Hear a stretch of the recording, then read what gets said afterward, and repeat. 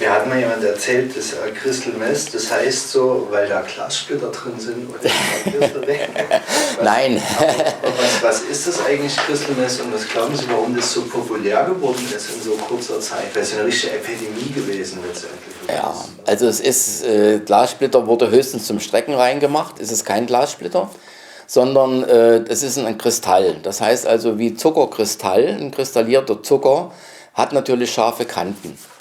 Und da das überwiegend durch die Nase eingezogen wird, ist es so, dass die Nasenschleimhaut aufgereizt wird und dadurch natürlich schneller eindringt.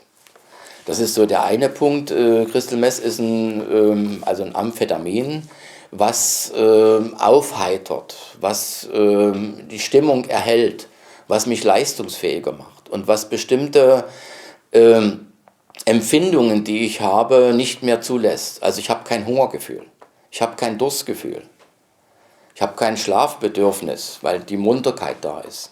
Und das heißt, es ermöglicht dann eben auch durchzuarbeiten am Anfang, 2-3 Stunden, Tage wach zu sein.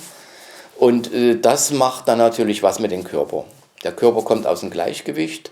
Und am Anfang wurde auch die Dosis bei vielen zu hoch angesetzt. Viele hatten zu viel genommen, weil sie wollten einfach high sein, sie wollten weg sein, sie wollten was erleben. Und das hat natürlich auch dann körperliche Folgen. Je höher die Dosis, umso mehr Wirkung auch im Körper. Und eine Wirkung ist zum Beispiel eben, dass das Zahnfleisch zurückgeht. Das nimmt den Mundspeichel weg. Und damit wird das Zahnfleisch trocken. Und da ich kein Durstgefühl habe, führe ich auch keine Flüssigkeit zu. Das heißt also, es sind so auch körperliche Ausfallerscheinungen. Und vor allen Dingen wurde es eingesetzt auch von vielen, um schlanker zu sein, als Schlankheitsmittel. Also wir haben 2009, 2010 festgestellt, ich war auch Vorsitzender der Sächsischen Landesstelle gegen Sucht gefahren, also die ganze Suchtarbeit in Sachsen, der Kliniken, Beratungsstellen und Wohnstätten koordiniert. Und wir haben festgestellt, hier gibt es ein Problem, hier kommt was auf uns zu, von Tschechien kommt das Crystal Meth, und das Crystal verändert sehr viel. Und das war so ein Punkt, dass wir dann gesagt haben, hier müssen wir aktiv werden, Aufschrei gestartet, haben gesagt, Ministerium, Landtag, hier kommt was, hier müssen wir was tun. Wurde am Anfang erstmal, es sind noch kleine Zahlen, aber wir stellten fest, auch in den Kliniken, dass das immer mehr wurde und dass die Folgen, auch körperlicher Art, dann doch gravierend sind. Und das war dann so ein Punkt, dass wir dann mit den Politikern, Landtag, den Sozialausschüssen des Landtages und auch eben Ministerium diskutiert haben, was müssen wir tun, was können wir tun. Und dann wurde das im Laufe der Zeit auch im Ministerium, weil es sehr rapid viel wurde, wir hatten dann eben im Jahr in den Beratungsstellen 4000 Crystal-Abhängige, die wir in Behandlung hatten. Und das ist eine Größenordnung, die macht was. Und auch in den Drogenkliniken, die wir dann schon hatten, war es dann so, dass das nicht mehr nur Heroin, Cannabis war, gelegentlich mal Kokain, sondern dass die Zahl der Crystal-Abhängigen Überhand gewann.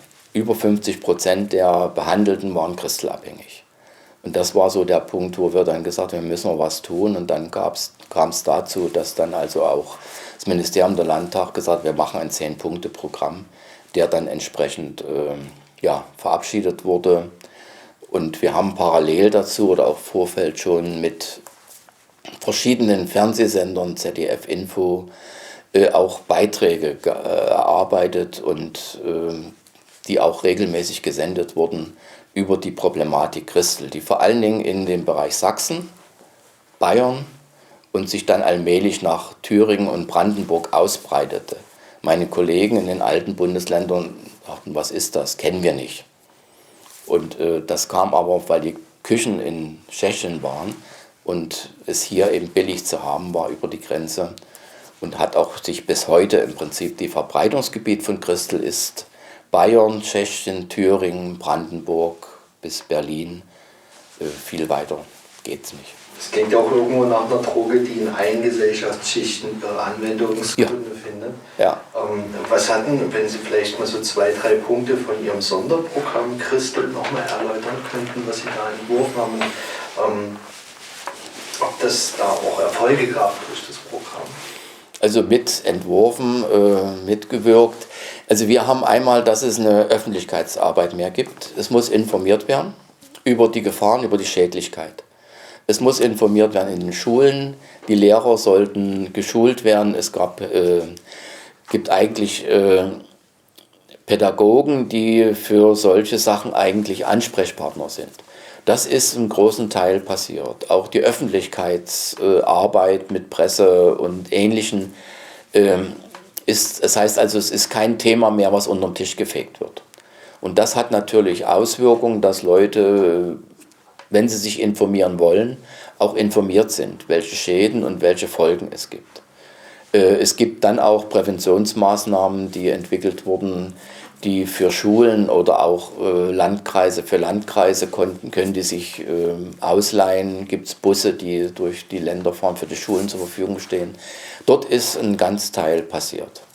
Und dass im Suchthilfe- und Gesundheitssystem zumindest das auch bekannt ist, was ist dort zu tun und was kann gemacht werden. Sodass wir momentan sagen, wir haben keinen Anstieg mehr an Klienten, sondern einen leichten Abfall. Dafür haben wir aber einen größeren Anstieg an Cannabis-Klienten.